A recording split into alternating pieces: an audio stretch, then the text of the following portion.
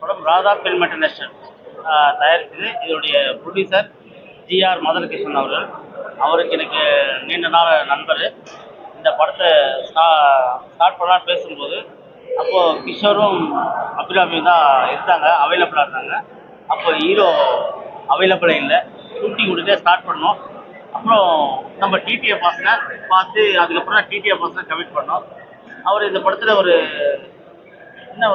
எல்லா பரிமாணமும் தெரிகிற மாதிரி எல்லா, அதாவது ஆக்ஷன், லவ், காமெடி, இது எல்லாமே இருக்கிற மாதிரி ஒரு ஸ்கிரிப்ட் அவருக்கு அமைஞ்சிருக்கு.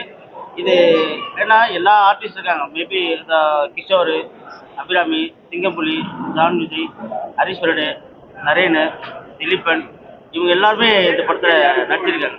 இவ்வளோக்குள்ள இவருடைய கேரக்டர் தனித்தன்மையாக இருக்கும். ஒரு அன்புன்னு ஒரு கேரக்டர் நடிச்சிருக்காரு. இது ஒரு சட்டம், சாதாரண மக்கள் எல்லாருமே சட்டத்தை தெரிஞ்சுக்கணும்.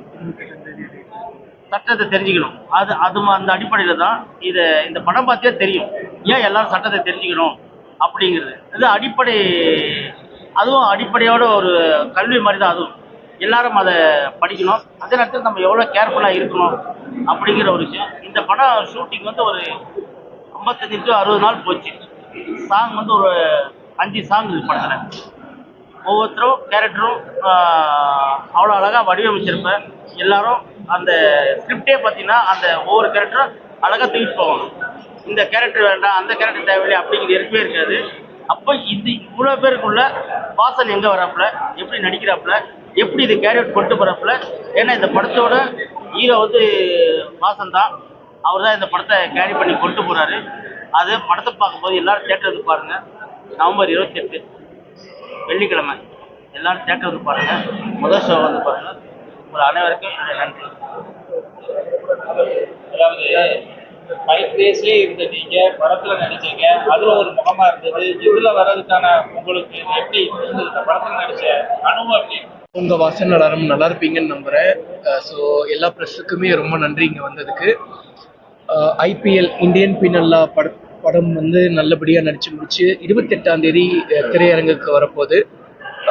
யூடியூபராக இருந்த எக்ஸ்பீரியன்ஸும் இது எப்படின்னு கேட்குறீங்களா, இல்லை என்ன கேள்வின்னு கேட்குறீங்க? அதாவது நீங்கள் யூடியூபராக இருந்து நீங்கள் படத்துக்கு நடிக்க வந்திருக்கீங்களா, இந்த அனுபவம் எப்படி இருக்கு? ஏற்கனவே முதல் படம் மஞ்சள் சில பிரச்சனைகள் வந்துச்சு, அதுக்கப்புறம் 2வது படமாக எடுத்திருக்காரு. இல்லை, சில பிரச்சனைகள் இல்லை, ஒரே ஒரு பிரச்சனை, அவர் தான் பிரச்சனை. அவர் படம் பண்ணலை, அதுக்கப்புறம் படம் வரலை, அவ்வளோதான். இங்கே எல்லாமே ப்ரொஃபஷனலாக இருந்துச்சு. ஸ்டார்ட் பண்ணாங்க, எல்லாமே டக்குன்னு எல்லாமே நல்லபடியாக நடிச்சு முடிச்சு படம் எல்லாமே முடிச்சு 28ஆம் தேதி ரிலீஸ் ஆக போகுது. அது போக சார் ஒரு கேள்வி கேட்டிருந்தார், யூடியூபராக இருந்து இப்போ படம் நடிக்கிற அளவுக்கு வந்திருக்கீங்களே, அதுக்கும் இதுக்கு என்ன டிஃப்ரென்ஸ்ன்னு சொன்னாங்க. ஸோ எப்படி இதில் டிஃப்ரென்ஷியேட் சொல்கிறது, பேசிக்காக அங்கேருந்து இங்கே வரும்போது கேமரா ஃபியர் இருக்காது. பட் என்னதான் இருந்தாலும் அந்த ஒரு க்ரௌட் ஃபியர் அதெல்லாம் சின்னதாக இருக்கும் இல்லைங்க. ஸ்டார்டிங் மட்டும் ஒரு மாதிரி இருந்துச்சு. 2வது நாள் 3வது நாள் போக போக அதுக்கப்புறம் எல்லாமே நார்மல் ஆயிடுச்சு. இந்த படத்தோட கதை பார்த்தீங்கன்னா படம் அவர் படம் எடுத்தாரா, கேட்கல நீங்க படமா எடுத்தாரா, இல்லை உங்களுக்கு லாஸ்ட் படமா சில பாடங்கள் எடுத்தாரான்ற விஷயம் அதை எப்படி பார்க்க? சினிமாவே ஒரு என்டர்டெயின்மெண்ட் அண்ட் பாடங்கள் தானே, அது எல்லாமே வந்துடும்ல. உங்களுக்கு பொதுவாகவே பார்த்தீங்கன்னா சட்ட ரீதியான பிரச்சனைகள் நிறைய வருது இல்லை, அதை எதிர்கொள்றதுக்கு இந்த படத்துல தான் படமா எடுத்தாரா, அந்த படத்துல பாடம் எடுத்தாரா? இல்லை, எல்லாருமே பொதுவாக பார்த்துட்டிங்கன்னா சட்டங்கள் தெரிஞ்சுக்கணும். ஸோ லாயர்ஸ் எல்லாமே இருக்காங்க. இங்கே பாருங்க, இங்கே ஒரு லாயர், அங்கே ஒரு லாயர். ஸோ அப்படி இருக்கும்போது பார்த்தீங்கன்னா படமும் பண்ண நல்ல ஒரு லா ரீதியான ஒரு இது. ஸோ பொதுமக்கள் எல்லாருமே தெரிஞ்சுக்கணும் எல்லா லாவுமே. ஸோ அதுக்காக ஒரு நல்ல ஒரு கதையோட படம் எடுக்கணும். இல்லை, நிறைய வழக்குகள், நிறைய பிரச்சனைகள், இதுக்கு நடுவுல இந்த படத்துல நடிக்கிறதுக்கு உங்களுக்கு எப்படி அந்த மனதைரியம் எப்படி கான்செப்ட் பண்ணீங்க, எப்படி நடிச்சீங்க? என்னது, என் மேலே எந்த ஒரு தவறான வழக்குகளும் கிடையாது. மோட்டார் வெஹிக்கிள் ஆக்ட் அந்த மாதிரியான ஒரு எல்லார் மேலேயும் இருக்கக்கூடிய அதே இதுதான். இப்போ உங்களோட வண்டி நம்பர் பிளேட் போட்டாலே எம்எல்ஏ என்ன கேஸ் இருக்கும், அது உங்கள் வண்டி மேலேயும் இருக்கும். ஸோ அந்த மாதிரி தான். அதில் என்ன கால் ஷீட் தர்றது. ஸோ நம்ம யூடியூப் பண்ணுறோம், அது போக நமக்கு என்ன நம்ம எப்படி வேணால் ஷெடியூல் பண்ணிக்கலாம்ல. ஸோ அதனால் நீங்கள் என்ன டேட்டுன்னு சொல்லுங்கள். ஸோ அதுக்கேற்ற மாதிரி நான் என்னோட ஒர்க்கை ஷெடியூல் பண்ணிக்கிறேன்னு சொல்லி அவங்க கொடுத்த டேட்டுக்கு தான் நான் போனேனே தவிர நான் என்னோட கால் ஷீட் நான் எதுவுமே தரல.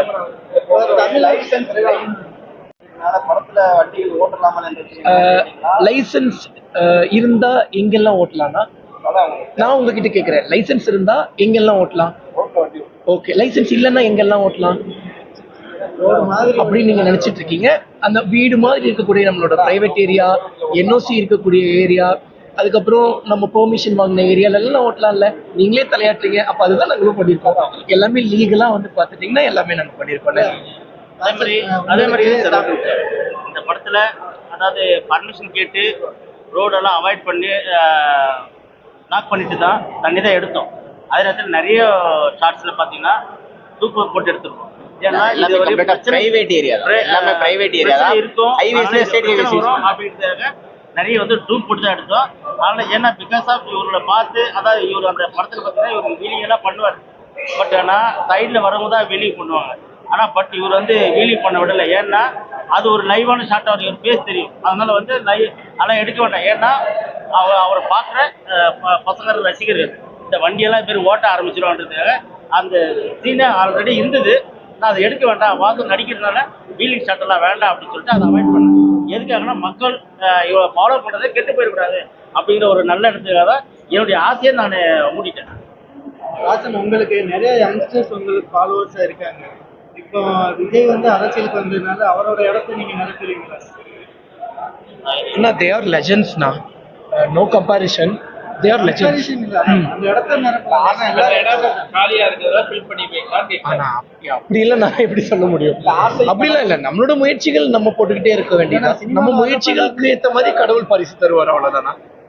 ஆசை கடவுள் அவரோட கட்சியில எதுவும் இணையறதுக்கான வாய்ப்புகள் இருக்கு, இல்ல அவருக்கு ஃபாலோ பண்ண? இல்ல, நம்ம அரசியல் பேசுற அளவுக்கு நம்ம ஒன்றும் அவ்வளவு பெரிய பையன் இல்ல. 25 தான் ஆச்சு. ஏன்னா யங்ஸ்டர்ஸ் நிறைய ஃபாலோவர்ஸா இருக்கிறாங்க, அதனால இளைஞர்கள் வாக்குகளை இல்ல, நான் அரசியல் இதெல்லாம் கிடையாது நமக்கு.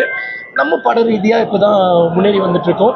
அந்த மாதிரி இப்போதைக்கு நம்ம முன்னேறுவோம். சரி, இப்ப அடுத்த படங்கள் எது வாய்ப்புகள்? ஆனா அடுத்தடுத்த படங்கள்லாம் வந்துட்டு இருக்கு. கடவுள் அன்பன்லையும் உங்களை மாதிரி நல்ல உள்ளங்கள் அன்பனாலையும் அடுத்தடுத்த கதைகள் எல்லாமே கேட்டுட்டு இருக்கோம். நல்ல ஒரு கதை அமைஞ்ச உடனே நல்ல ஒரு ப்ரொடக்ஷன் இருந்தா உடனே நடிக்கிறது. மதுரையில நடந்த ஷூட்டிங் எக்ஸ்பீரியன்ஸ் இருக்கு. மதுரையில நடந்த ஷூட்டிங் எக்ஸ்பீரியன்ஸ் ரொம்ப நல்லா இருந்தது. மதுரை மக்கள் எல்லாருக்குமே ரொம்ப நன்றி உங்களோட அன்பு ஆதரவுக்கு. கிட்டத்தட்ட ரொம்ப நாள் வந்து பார்த்தீங்கன்னா நம்ம மதுரையிலேயே நடந்தது. மதுரையிலேயே வந்து பார்த்துட்டிங்கன்னா ஒரு சின்ன சேசிங் ஓடி ஃபைட்டர்ஸ் எல்லாம் வர்ற மாதிரி நம்ம மதுரையில் லைவாக எடுத்தது. அதில் கூட வந்து பார்த்தீங்கன்னா ஓடி வரும்போதெல்லாம் வந்து படம் கிராஷ்லாம் ஆச்சு. பட் எல்லாமே நல்லபடியாக வெற்றிகரமாக எடுத்து முடிச்சாச்சு. வர்ற 28ஆம் தேதி படம் ரிலீஸ் ஆக போகுதுங்க.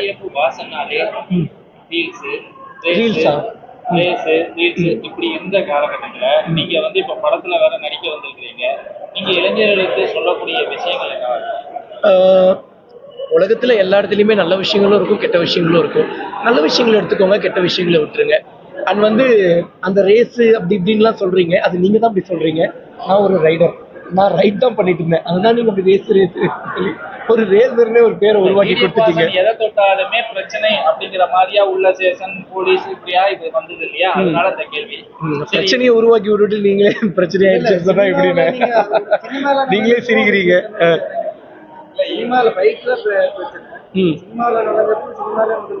இல்ல, சினிமால எந்த ஒரு பிரச்சனையும் வரலையே எனக்கும். அது அவரே அவரோட கதையில வந்து அவரே ஹீரோவா பண்றேன்னு சொல்லி அவரு ஹீரோவா ஏற்படுத்திட்டு அவர் போய்கிட்டாரு. என்னால எந்த ஒரு பிரச்சனையும் யாருக்கும் வந்தது கிடையாது. சரி, இந்த படத்துல டிடிபி வாசனுக்கு லவ் சாங்ஸ், காதலி அந்த மாதிரி 55 லட்சம் வியூஸ் மேல போயிடுச்சுன்னா லவ்ல. அதுக்கப்புறம் ஒரு சிங்கிள் இப்போதான் சொல்லி ஒரு சாங், அது ஒரு 40 லட்சம் பேரை தாண்டிட்டாங்க. அது இன்னும் நீங்க பாக்கலையா? அது நல்லபடியா இருந்துச்சு, எல்லாமே இருந்தது. சங்கர் மணிரத்னம் அவங்களோட சேர்ந்து என்னங்க சார்?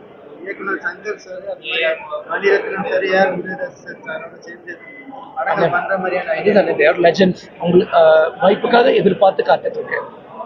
இப்போ உங்க 2 பேரோட பர்சனல் லாயர் எங்க இருக்காங்க? கார் எப்போ வீட்டு கிட்டத்தட்ட ஒரு 1.5 வருஷமா வந்து பார்த்தீங்கன்னா இஎம்ஐ பே பண்ணிட்டு தான் இருக்கேன். அதுக்கான எல்லா இதுவுமே என்கிட்ட இருக்கு. ஸோ ஃபோனை ஸ்பீக்கரில் பேசுனதுக்கு இவ்வளோ பண்ணுறது ரொம்ப அநியாயம்னு தான் நான் சொல்லுவேன். அது ரொம்ப மனசு வருத்தமாக இருக்குது. ஏன்னு வந்து பார்த்துட்டிங்கன்னா நம்ம ஒரு இஎம்ஐயில் ஒரு பொருள் வாங்கிட்டு வந்துடுறோம். பொருளும் இருக்கும், மாதம் மாதம் நம்மளும் காசு கட்டிகிட்டு இருப்போம். ஆனால் ஒரு கட்டத்துக்கு மேலே எப்படியாவது இந்த இஎம்ஐயை முடிச்சு விடணுண்டான்னு மனசில் ஓடும். ஆனால் என்ன நினச்சி பாருங்கள், இஎம்ஐல வாங்கிட்டு வந்த காரும் இங்கே தான் நிற்கிது. அதை நானும் யூஸ் பண்ணல. மாதம் 30,000 ரூபாய் கட்டிக்கிட்டு தான் இருக்கேன். ரொம்ப வருத்தமாக இருக்குது. சீக்கிரமாக மீட்டு தந்தீங்கன்னா ரொம்ப சந்தோஷப்படுவேன். ஃபோன் ஸ்பீக்கர் பேசுனது தப்பு தான். இனிமேல் அந்த மாதிரி தவறுகள் செய்வோம். சினிமா துறைக்கு கூட நீங்க இருக்கும்போதும் பைக் நீங்க ரைடரா இருக்கும்போதே வந்து ஏகப்பட்ட பிரச்சனைகள் வந்து உங்களுக்கு யார் மூலமாக வந்தது சினிமான்றது ஒரு மிகப்பெரிய ஒரு உலகம். ஆல்ரெடி நிறைய விஷயம் இருக்காங்க. ஒரு நடிகரை முன்னுக்கு வர விடாம தடுக்கிறதுக்குமே ஒரு டீம் இருக்கிறதா வந்து இந்த மாதிரி பேசியிருக்காங்க. இப்போ நீங்க இனிஷியல் ஸ்டேஜ்ல இருக்கீங்க. உங்களுடைய வளர்ச்சியை சினிமாவில் தடுக்கிறதுக்கான வாய்ப்புகள் நினைக்கிறீங்களா? உங்களுடைய பகைமைக்கு கண்டினியூ ஆகும் நினைக்கிறீங்க? இல்லைண்ணா, யார் என்ன தடுத்தாலுமே நம்மளோட முயற்சிகளை நம்ம நிப்பாட்டாத வரைக்கும் நம்ம எங்கேயுமே தோல்வி அடைய போகிறது கிடையாது. என்ன பிரச்சனைகள் வந்தாலும் என்னோட முயற்சிகளை நான் விட போகிறது கிடையாது. அதே மாதிரி தோல்வி அடைய போகிறதும் கிடையாது. முதல் படத்தை நீங்க செலக்ட் பண்ணும்போது பாத்தீங்கன்னா ஒரு டைரக்டர் நீங்க செலக்ட் பண்ணீங்க. என்னன்னா இவ்வளோ குவாலிட்டியா பேசுறீங்க, பட் அப்புறம் எப்படி ஃபர்ஸ்ட் படத்தை அப்படி நீங்க நல்லா பேசுறீங்க, ஒரு விஷயங்கள் ஈக்குவலா ஆன்சர் பண்றீங்க. அவ்வளவு விஷயங்கள் இருக்கும்போது ஒரு டைரக்டரை செலக்ட் பண்ணும்போது முதல் படத்துல தவறு பண்ணிட்டோம் நீங்க ஃபீல் பண்றீங்க. பார்க்கும்போது எங்களுக்கே தெரியுது. அந்த கதைகள் கேட்கும்போது அந்த விஷயங்களோட டிராவல் பண்ணணும் உங்களுக்கு தெரியல. இல்ல, தவறு பண்ணிட்டேன்னு என்னைக்குமே நான் நினைக்க போறது கிடையாது. அது எனக்கு ஒரு எக்ஸ்பீரியன்ஸ். ஸோ அந்த ஒரு எக்ஸ்பீரியன்ஸை நான் கெயின் பண்ணதுனால தான் இப்போ எனக்கு நல்ல ஒரு டைரக்டர் கிடைச்சாரு, நல்ல ஒரு ப்ரொடக்ஷன் டீம் கிடைச்சாங்க, நல்ல ஒரு படம் கிடைச்சிருக்கு. வர 28 ரிலீஸ் வரைக்கும் நாங்கள் எடுத்துட்டு வந்துட்டோம். ஸோ அது எனக்கு ஒரு எக்ஸ்பீரியன்ஸ். இப்போ கூட ஒரு டைம் டிராவல் பவர் கிடைச்சு எல்லாத்தையும் போய் மாற்றிடுவீங்களான்னு கேட்டால் எதையுமே நான் மாற்ற மாட்டேன். ஏன்னா நடப்பதெல்லாம் நன்மைக்கு, எல்லாமே ஒரு எக்ஸ்பீரியன்ஸ்க்காக தான். எல்லாமே ஒரு எக்ஸ்பீரியன்ஸ் நமக்கு கற்றுக் கொடுத்துருக்கு. வாழ்க்கையில் நிறைய பாடங்கள் கற்றுக் கொடுத்துருக்கு. அதே மாதிரி அந்த கதையை நீங்கள் ஏன் சூஸ் பண்ணீங்க, அந்த டைரக்டரை ஏன் சூஸ் பண்ணீங்கன்னா, வாய்ப்புகள் ஒன்று எனக்கு கொட்டி கிடக்கல. வாய்ப்புகள் வர்றது ஒன்று. அந்த வாய்ப்பை நம்ம எப்படி யூட்டிலைஸ் பண்ணி முன்னுக்கு வர முடியும்னு தான் நான் முயற்சி பண்ணேன்.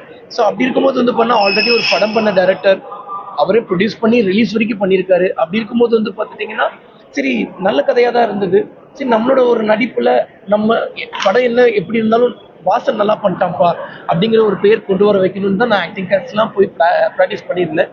பட் அதுக்கப்புறம் அவரோட கதை அவரே ஹீரோவாக பண்ணணும்னு நினச்சிட்டாரு.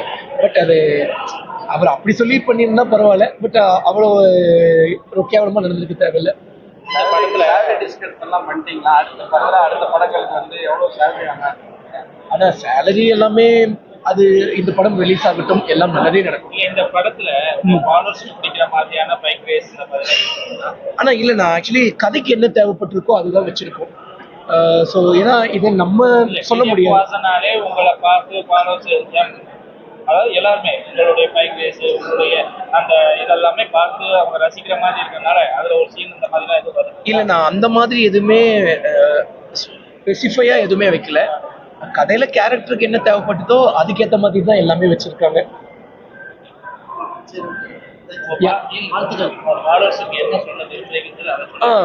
நம்ம பசங்களுக்கு என்ன சொல்ல போறேன்னா, எங்க போனாலும் பார்த்து பத்திரமா சேஃபா போங்க, ஹெல்மெட் போட்டுட்டு போங்க. அப்ப என்ன சொல்றனோ அதுதான் இப்போ வரைக்கும் சொல்றோம். நல்ல விஷயங்கள் எடுத்துக்கோங்க, கெட்ட விஷயங்கள் விட்டுருங்க. ஏன்னா வாழ்க்கையில நீங்க யாரை பார்த்தாலுமே சரி, ஸோ அண்ணனை பார்த்தாலும் சரி, சாரை பார்த்தாலும் சரி, என்ன பார்த்தாலும் சரி, இல்லை வேற யாரை பார்த்தாலுமே நிறைய குட் குவாலிஃபிகேஷன்ஸ் இருக்கும். அண்ட் ஏதாவது ஒரு சின்ன சின்ன தவறுகளும் இருக்கும். நல்ல விஷயங்கள் எடுத்துருங்க, கெட்ட விஷயங்களை விட்டுருங்க. அண்ட் வர்ற 28 நம்மளோட IPL இந்தியன் பிரீமியர் படம் ரிலீஸ் ஆக போகுது. மறக்காம ஃபர்ஸ்ட் ஷோ வந்து பார்த்துருங்க. நன்றி. நீங்க நார்மலா ஷூட்டிங் வந்ததா இருக்கட்டும், இல்ல கேசிங் வந்ததா இருக்கட்டும், இப்போ இந்த லான்ச்சிங் வந்தது எப்படி இருக்கு? ஒவ்வொரு எக்ஸ்பீரியன்ஸும் முதல்ல இந்த பீப்புளோட ரெஸ்பான்ஸ் எப்படி இருக்கு? ரசிகரோட ரெஸ்பான்ஸ். அதுதான், மதுரை வரணும்னாலே நான் ரொம்ப ஹாப்பி ஆயிடுவேன். அது காரணம் வந்து பார்த்தீங்கன்னா நம்ம மதுரைக்காரங்க தான். அது உங்களுக்கு தெரியாதது ஒன்றும் இல்லை. அது ரொம்ப செம்மையா அவ்வளோ கனெக்டடா இருப்பாங்க நம்ம பசங்க. ஸோ மதுரை மக்களுக்கு எல்லாருக்குமே ரொம்ப நன்றி.